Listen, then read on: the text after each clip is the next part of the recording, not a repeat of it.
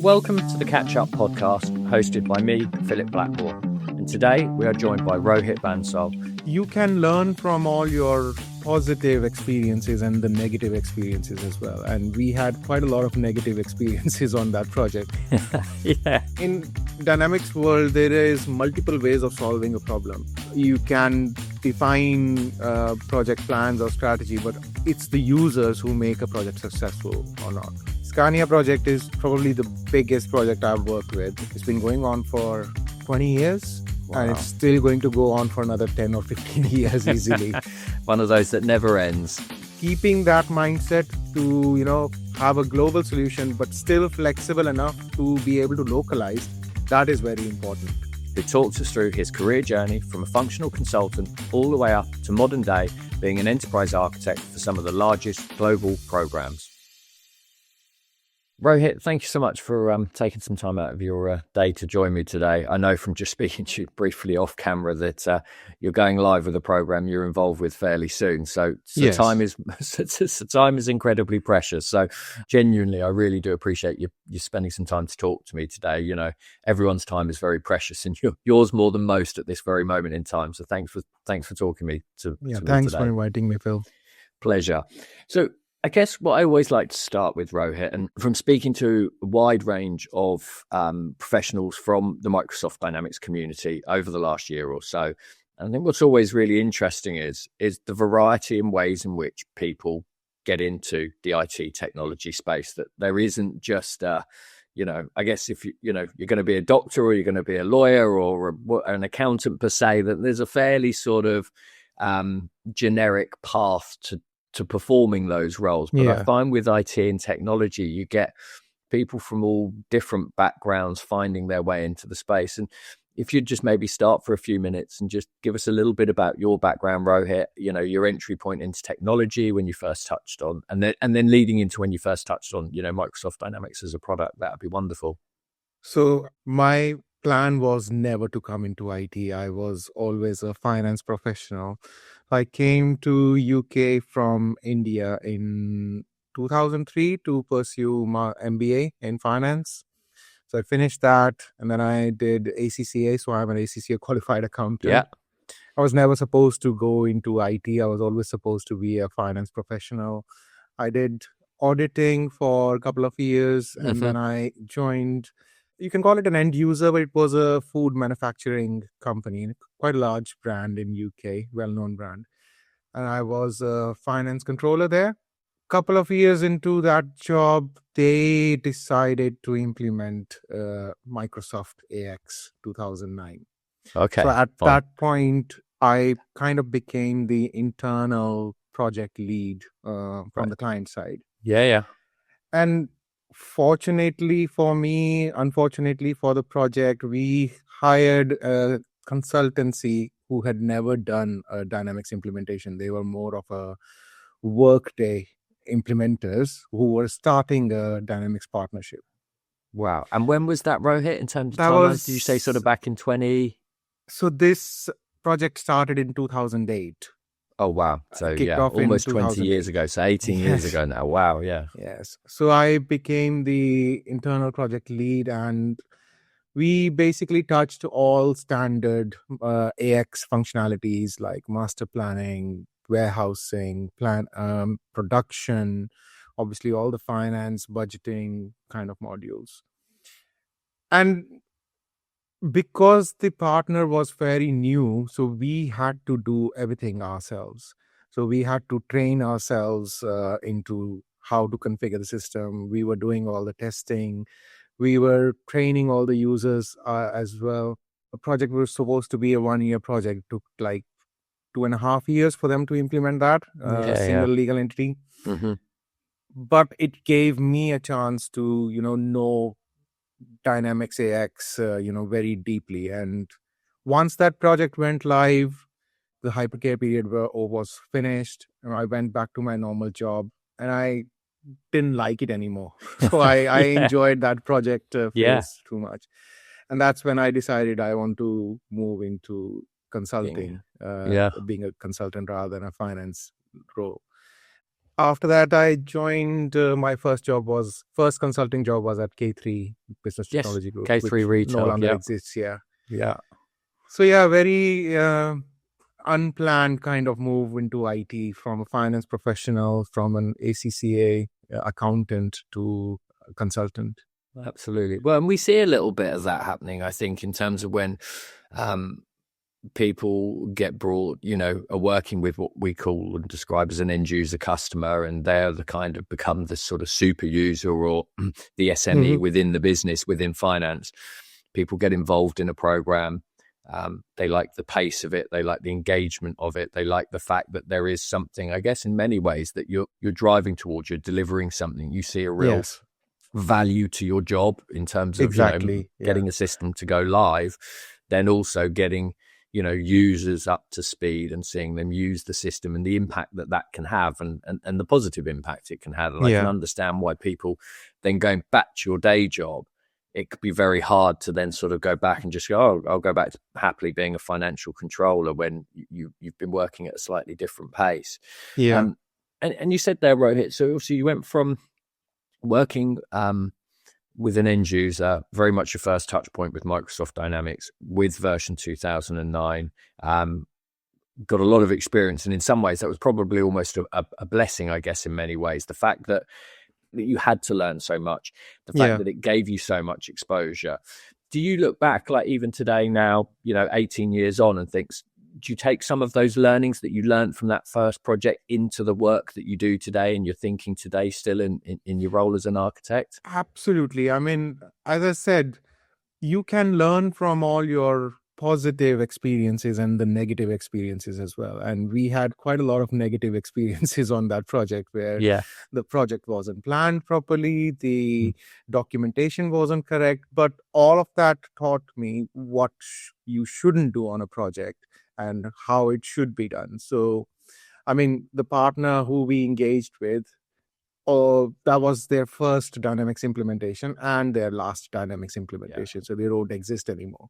Fine. And so we then had to, re-engage with a new partner for support activities, Yeah. for fixing bugs, for Hmm. documentation, which again, it was all part of the learning curve for me, learning experience, how different partners engage with the project in a different way. And every partner brings in their own methodology. And when you engage with the multiple partners, you Sure. you basically come across different methodologies, which in turn you decide, okay, now this one works, this one doesn't work.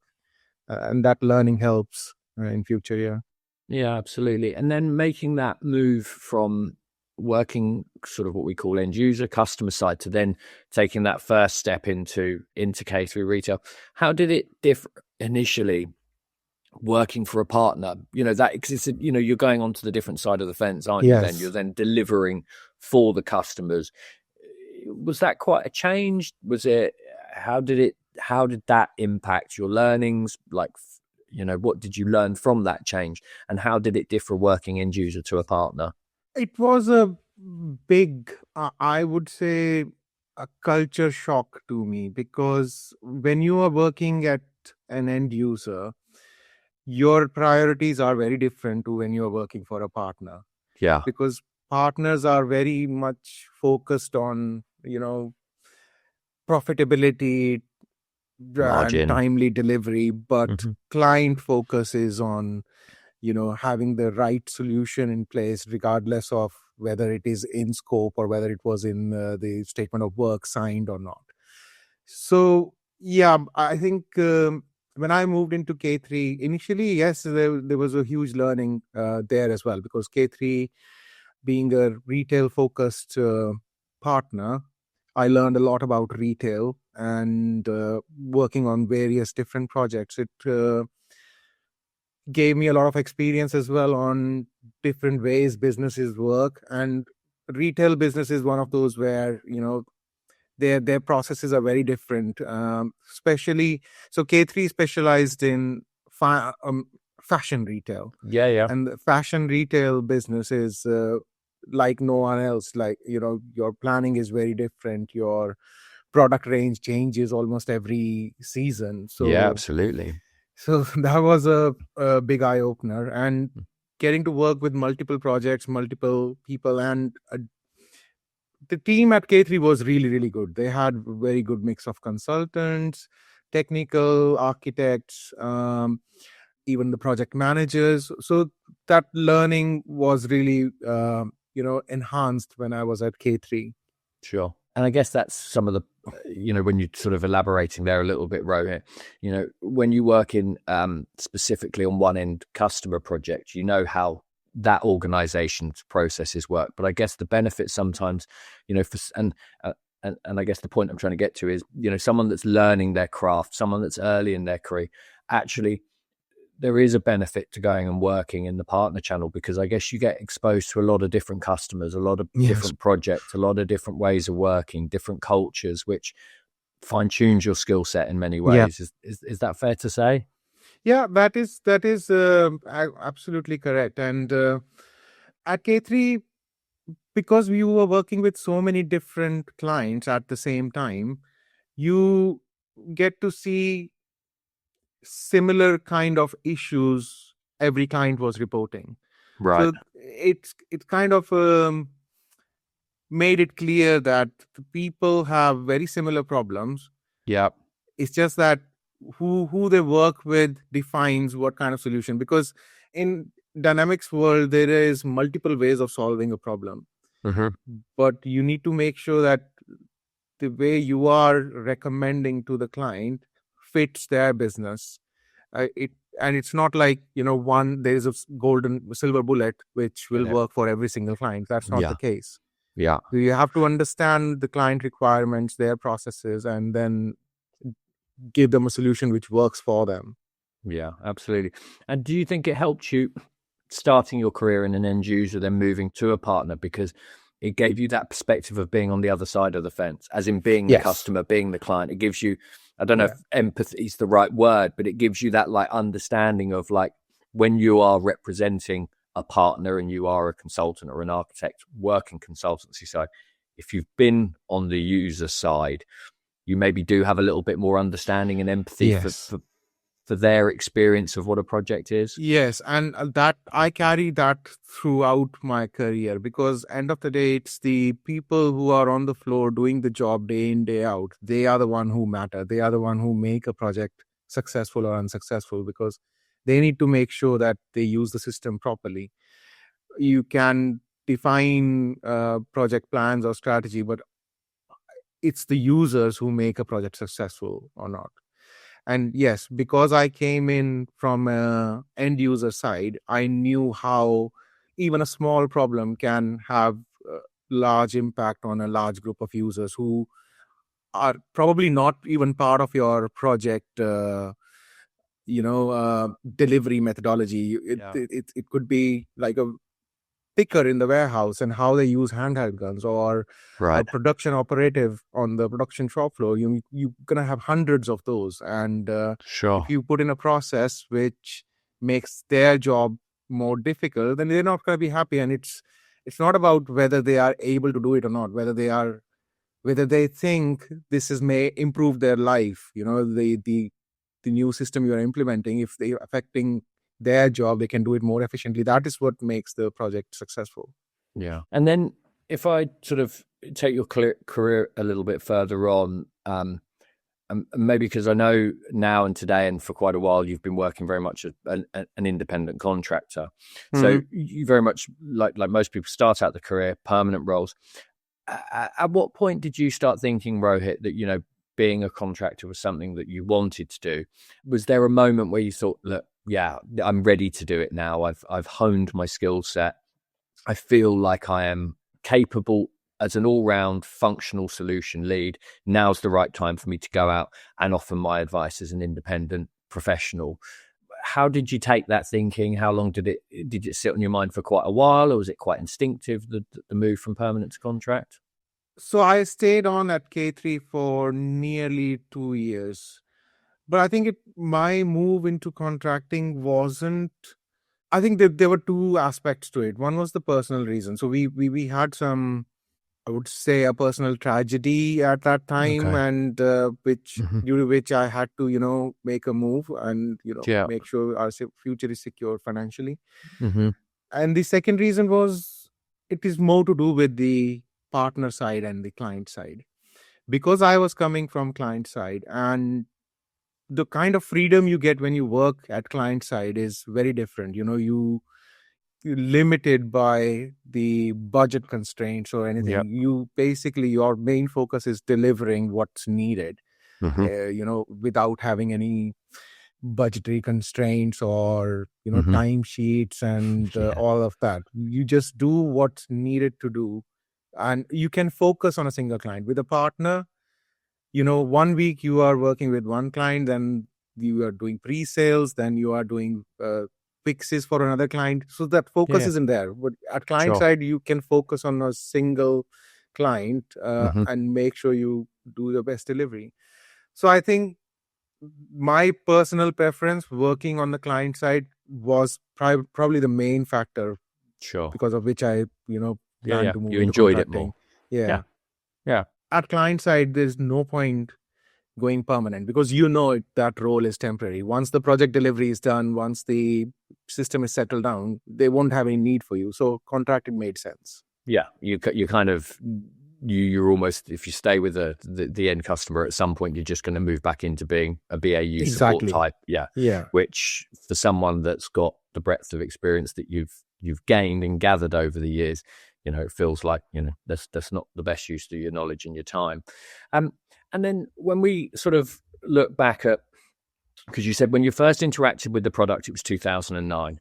So, Yeah. like yourself, I'm trying to think how long I've been sort of in the dynamics market. Similar time, I think. Actually, funnily enough, I think it's been about 18 years. So I think a very similar touch point, Rohit, Very to when you similar times. started working. Yeah. But we've seen it go on that journey from version 2009 to 2012 to then the various releases of 2012 to then a kind of strange little period where we had between version 12 and D365, where it was version 7 or something else for a small period of time. How have you seen the product evolve? When you think about it back in 2009 to when you sort of come up to current day, and you think about where D365 FinOps, and obviously then we've got Project Ops and customer engagement now. How has that changed your job, I guess, as a solution architect? If you think back to, your first architect type roles early on in your career to now, how much has your role changed? Has it evolved quite significantly as the product's evolved? I think, yes. I think the product market fit has evolved massively, because back Mm-hmm. in those days when it was AX, 3AX, 4AX, Yeah. 2009, I don't think that product was a great fit for large enterprise No. rollouts, Yeah. Yeah. multi-country rollouts. That No. that product was specifically, fit for a single country, medium to large rollouts. But now D365 FNO has evolved into a very different product, which may not be financially viable for a small to medium business, but it is a great fit for large enterprise rollouts. And that's the Mm-hmm. reason why over the last, I would say, 8 to 9 years, I've only Mm-hmm. worked on large enterprise rollout projects. Sure. And the thinking and the project delivery methodology and the planning is very different when you're working on a multi-country rollout projects like the one I'm working with right now. Yeah, or even Or back with Dentsu, that was But yeah, that Dentsu that was was the unique in its kind when it started, wasn't it? Because yes. at that So point where that project kicked off, there probably wasn't many larger in the world globally at that so point. when that project kicked off, initially it was going to be a 20AX 2012 implementation. But mid project, I mean, we hadn't even gone live with any I remember. sites yet.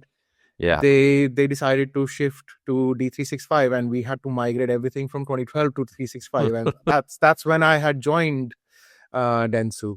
Yeah. So I think the first implementation on D365 was France and Australia, around 150 legal entities. So yeah, looking at D365 initially when we first saw it, it was a big shock because it was a cloud-based system rather than an on-premise system, and everything was different. So, but we got used to it very, very quickly. The UI was different, but the Right. backend tables and everything was very similar. The same. Right. But yeah, I think once the initial shock period was over, we were very pleased with what D365 have become now. I mean, it's a truly global enterprise solution, and can fit any market, really. Yeah, well, and I think that's the thing. You've seen it go on that journey, haven't you? As you say, from being that sort of single instance, single site product that can be good for smaller businesses to now being a truly enterprise tier one ERP that, the largest organizations globally should absolutely be looking at it. And Microsoft have, put a product out there and marketed it very well as well to couple with it. So, sometimes with organizations, the biggest misconceptions that they might have when they start a project. So, you go in to deal with, you go in as an independent contractor. Sometimes when you deal with that customer that are about to embark on a project, are there some common misconceptions that you often see? And then how do you try and navigate those misconceptions? Because sometimes we may see an organization that says, we're implementing Microsoft Dynamics 365. We're engaged with our consultancy partner, and they're doing everything. We're just going to pass the baton and they're going to run with it. Often I find when someone just passes the baton over to a partner without bringing in without taking some internal responsibility to say that, well, we're going to own it, it's our project, that you often see some challenges further down the line. But I'd love to get your thoughts, Rohit. Are there some sort of common misconceptions that you see sometimes that are more familiar than others, I guess, is what I'm asking. Handing over everything to a partner is not the right strategy, because the partner doesn't understand your business. Okay. It's the people in your business. So the enterprise rollout projects, large projects, which I've been involved with, I think they follow a very similar path where the process definition is retained by the client side. So they define the process. They define the training requirement. So the training team is normally in-house and the test team is normally in-house, because if you get a partner to test their own solutions, obviously there's a conflict of interest there. And with the delivery timeline pressures, that can impact. So you have to have some level of, unbiased opinion on the solution which the partner is providing, on the testing which is going to happen, or the training. So you have to make sure you get the right mix. You can't do everything in-house, because obviously I've worked with projects where they don't engage with any partner. They try to do everything in-house and they struggle. So you have to get that mix right, where you use the skill sets of the partner in the correct way, and you don't ignore the skill sets which you have within your organization. Yeah, it's that blended model, as you say. Yes. When we talk about a partner, it's about having a true partnership with your consultancy partner, isn't it? It's actually having a deep, proper relationship, as opposed to it being they're going to implement it for us and we're going to be this side, they're going to be that side. The truly successful projects are when you see collaboration and engagement and a collaborative approach to directly drive it forwards.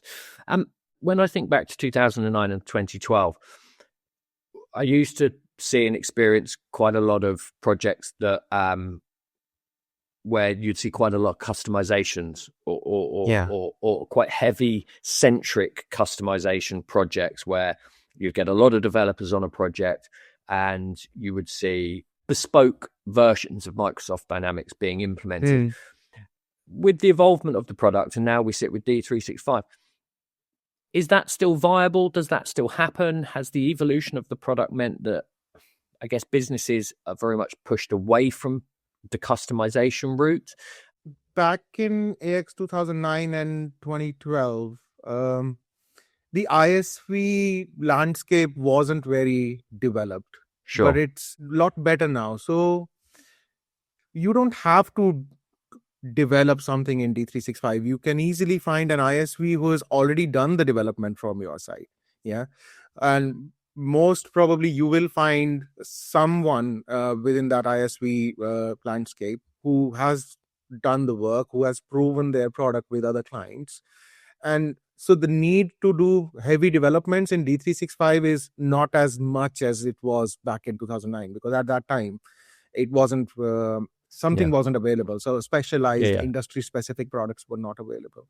Sure. Now that's not the case. So there are ISVs who integrate really well with D365, and it keeps the upgrade path. So in 2009, 2012, the upgrades, the product upgrades, Dynamics upgrades were not really forced. But now you know that Microsoft releases 4 upgrades every year. You have to take them. There's no Yeah. choice. Yeah. Yeah. So having a very heavily developed product makes that upgrade path very difficult, because then you have to do this, code merges or the regression testing. That effort increases.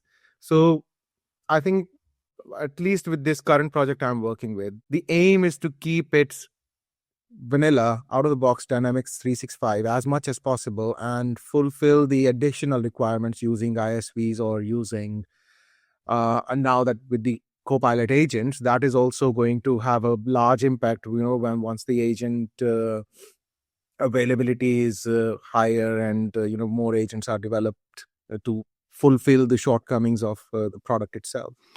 And when you're talking there, Rohit, one of the other things I was just sort of intrigued to ask you and get your thoughts on it, because over the years the product has developed. Are there still certain areas within the product where you, and if you, and I'm talking truly global enterprise type customers here, where there is still a benefit to look at best of breed systems and where Dynamics may integrate, i.e., I guess the point I'm making is, for example, say like Workday is a HR and payroll solution, at its heart, at its core. I know they do finance now with Workday, but and do you think that the product is there, from a full capability perspective, or do you think sometimes for larger organizations, truly global centric, that that there's still, you look at Microsoft Dynamics as the core, but there is still maybe a thought to look at your HR and payroll? Because people have often commented to me that not so much now, but that aspect of the product maybe isn't as deep functionally as certain products like Workday. So HR is one of those areas where, especially payroll side, not just the HR side, but the payroll is one of those areas where having that level of sensitive data in Dynamics is something I don't personally recommend. I like to keep that HR element, the payroll element of the organization outside D365. And I have not come across, in the last 18 years, I've not come across a single implementation where payroll is within Dynamics or within AX. Yeah. They always keep that separate, which I think works out well, because there is a huge amount of sensitive data, and then security becomes an issue. So yeah, payroll is kind of unique. But other than that, I can't think of anything where, okay, people choose to implement Concur for time and expense purely because they want to implement the time and expense system. The Concur implementation is a lot faster than a Dynamics implementation, so sometimes people can't wait to replace their time and expense system, and they go ahead with Concur, and then later, once the market is coming on to D365 landscape, they just integrate Concur with that. So sometimes there's a best of breed that can work in that sense, where you're like, it's a straightforward implementation to put Concur in. It integrates seamlessly with Microsoft Dynamics. Yeah, fine. Okay. No, it's interesting, because sometimes you kind of look at it and I wonder, what sometimes for these larger organizations, what the best solution is. Because sometimes you hear that they're going to roll out the full sort of product suite, and I wondered, is that always the best thing? And I guess part of what you've already said through this process is every business has to look at itself independently. It isn't just one size fits all. So from one organization, from a Dentsu Aegis to another large global organization, you can't just map what you've done at one organization into another. I'll give you a good example. I mean, this is so my previous project was Scania. So I worked at Scania for about 4 years, and obviously Scania is a very, very specialized manufacturing business. And absolutely, they cannot. I mean, there is no way they can have a single ERP system which does everything what Scania does. So within Scania, I think the business have been divided into finance, operations, and production. And the production part is a separate SAP implementation. That project is going on. Then the finance have their own D365 implementation going on. Yeah. And the operations have their own D365 implementation going on. Okay.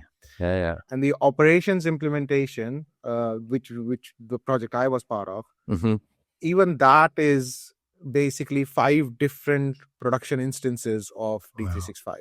Yeah. So that's to deal with all the dealer network.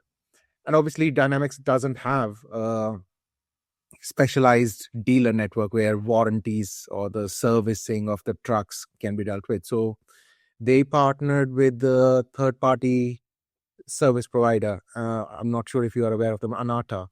So they have the... Yes, I know them very well. I know, I don't know if you worked with Gary Sharp much there, but Gary, yes, that Gordon rings Tate, yeah, they're a partner I've known for a long time. So yeah, they're a good bunch. So Anata is doing a whole vertical. They have a vehicle vertical for D365. So they are implementing the dealer network and Scania project is probably the biggest project I've worked with.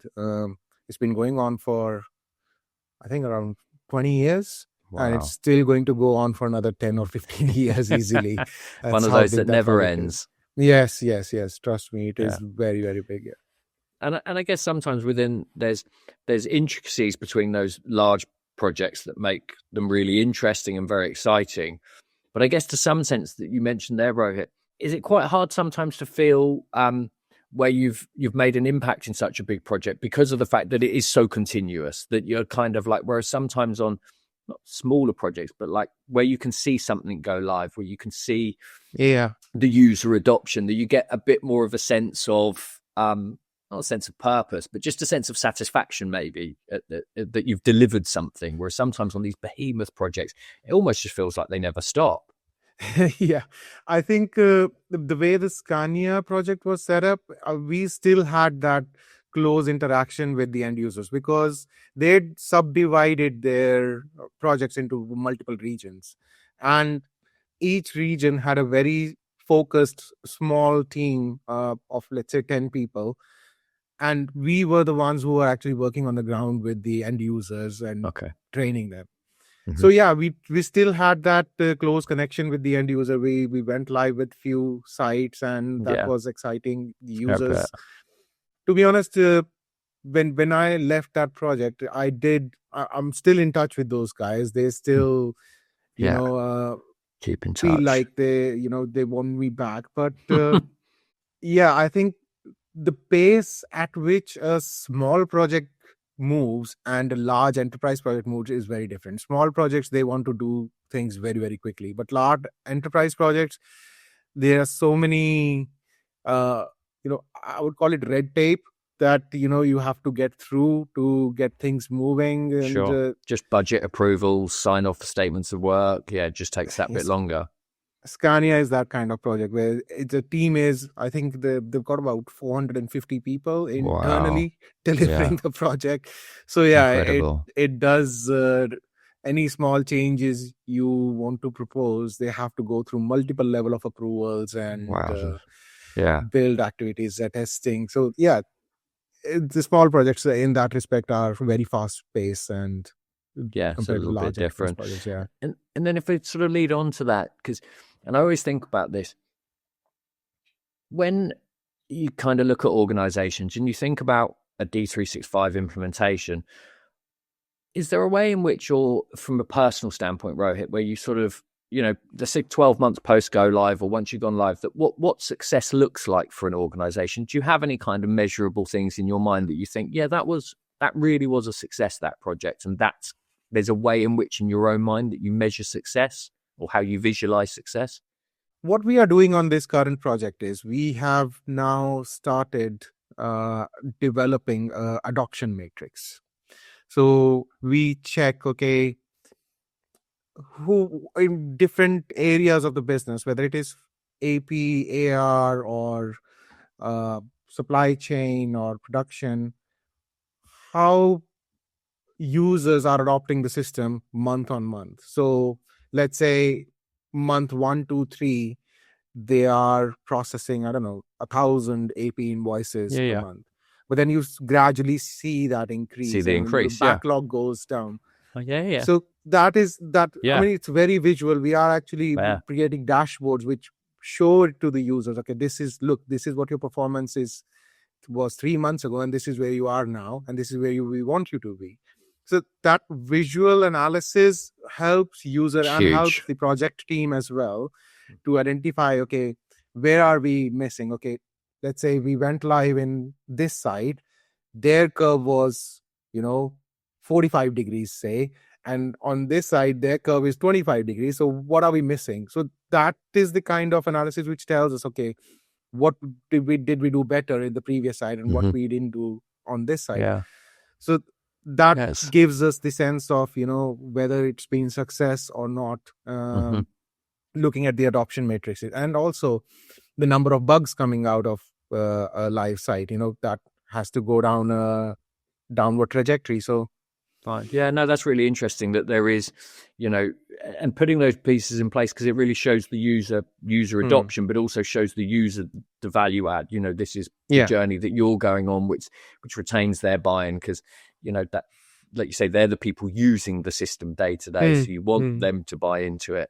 And it was something you actually mentioned just very briefly a moment ago, but with the rise of AI and sort of Copilot, and you mentioned, and I know we spoke briefly on, I think I remember it was Monday or Tuesday that you were at the event, but with the rise of AI, the Power Platform, the Copilot tools, how do you see your role evolving as an SA, and how that might change in time over the next sort of 3 to 5 years? Yeah, I've definitely seen a shift from Microsoft itself. They are kind of shifting their development efforts to more app-based, agent-based solution. And in the coming 2 to 3 years, you have to upskill yourself in all those technologies. And AI is going to be big part of Mhm. the Microsoft solution, not just Landscape. Yeah. Dynamics, but overall. So, Yeah. overall organization, whether it is just working on words, creating documents, or, working on ERP systems. So yeah, that shift is going to happen, whether you like it or not. That is going to happen. That has already started. The agents have to be part of your solution if you want, right kind of efficiencies, and like making best use of what is available. Sure. It definitely impacts us, because me personally, I'm, as I said, I'm from a finance background. I'm Yeah. not a Yeah. technical person. I don't know coding. Sure. So those are the things which you have to learn, Yeah. Yeah. where as and when these changes are happening. It's an interesting piece there, because you mentioned I guess from an independent contractor's perspective, it's vitally important that you constantly evolve your skill set, that you don't just stand still, because the product is moving. The product's moved Yeah. significantly over the last 18 years, and the product probably will move over the next 5 to 10 years at a greater pace than it has done in the Yeah. previous 5 to 10 years, just because of the evolution of technology, and how fast it's changing. When you look at the role of a solution architect, Rohit, what do you think, and you've experienced a number of these big projects. You mentioned Scania, we mentioned Dentsu. I mean, you've worked on some. What makes a good solution architect from your experience, from what you've seen? I think our solution needs to align with what long-term objectives the clients have. And sometimes that is not clear, and you need to define those. You need to have a strategy in place before you even start a project. Like, how do you want to implement this? Are you going to tailor your solution for each country you are engaging with within that enterprise, or do you want to keep it global standard with minor changes because of tax, legal, and statutory, or just local needs? And all these enterprise rollout projects, I think that is the recurring theme which comes out. They want to have a global template with, let's say, 10 to 15% localizations, so that you can then, have a common support model. You can have a common upgrade path. You you can enforce the policies or the processes on a global level. So from a solution architect perspective, I think understanding what the core solution is and what the local requirements are, and making sure you are not creating a core solution which only applies to a small subset of the enterprise, and it applies to, even when you get change requests for localizations, you need to make sure that they don't impact future sites or the sites which are already live. So keeping that mindset to, have a global solution but still flexible enough to be able to localize, that is Sure. very important. Absolutely. And I always like to ask this question, but I always think, if you're sat opposite a CFO, a CIO 10 years ago, and he rings you up, Rohit, and he says, "Hey, Rohit, I've just joined a new company. We're going to embark on a D365 program. What advice would you give me just before we start this? We've selected D365, so they've been through a product selection piece. But what pieces of advice would you give someone, or what advice would you, about preparing for the project, and, to help them secure, or at least give them a best chance of assuring a successful delivery, or having a greater chance of successfully delivering the system?" I think it all comes down to having defined strategies for all different areas. I think the very first one, yes, you selected D365, but even before that, you need to define global processes, because that process definition is going to end up becoming your solution. Whether you use D365 as a solution or any other ERP system as a solution, that process have to be defined. And when you start with the enterprise, which have, I don't know, 30 other different ERP systems, each local ERP systems, every country you go to or every legal entity you go to, they will tell you different processes. Mm-hmm. But if you don't have processes defined, you cannot come up with a global solution. Yeah, impossible. So process definition, even before you select the partner or even before you select the ERP system you want to implement, the process definition is very, very important. Yeah. And then you need to, once you've selected D365, you have to have other strategies in place. How are you going to do your training strategy, your testing strategy, your deployment strategy? Like, what are the different phases in your deployment? Because everyone does the deployment slightly differently. Your data strategy, how are you going to migrate data? How are you going to fetch data? What is the scope for the data? And a lot of projects, data is probably one of the biggest problem, because when you are engaging with an enterprise rollout project which has multiple ERP systems, the data quality you get out of those ERP systems, the source data, sometimes you are lucky, you get a really good quality data, but the other times there's nothing there. Somebody is managing a small site in Excel and they just don't have any data. So yeah, you need to make sure all those strategies are in place, and based on the size or based on the maturity of the legacy ERP system, then you decide, okay, how will you engage with this site, or how will you engage with this ERP system? Because it's not going to be a single plan fits all. You have to tailor your plan depending on the site maturity. Right. Yeah, that's really interesting.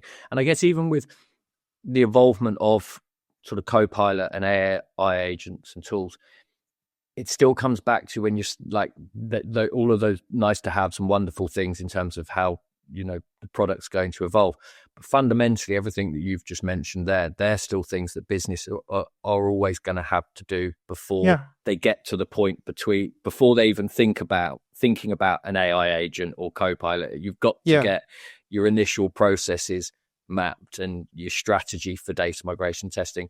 It's doing those fundamentals, isn't it? I guess laying the groundwork. You have to get those right. Yeah, you have to have a plan for those, because if you don't, then you're going in blind. You don't know what you're going to do. So you have to have some guidelines, because, as you said, it's a partnership between the partner, between the delivery team, and between the site leaderships or the SMEs. Yeah. Unless they have guidelines, which you are defining in your strategy documents, they can't approach it in a very holistic way and make sure, because the solution design is going to depend between these various moving parts. What kind of data you have, and whether you have that data or not, the solution will slightly look very different.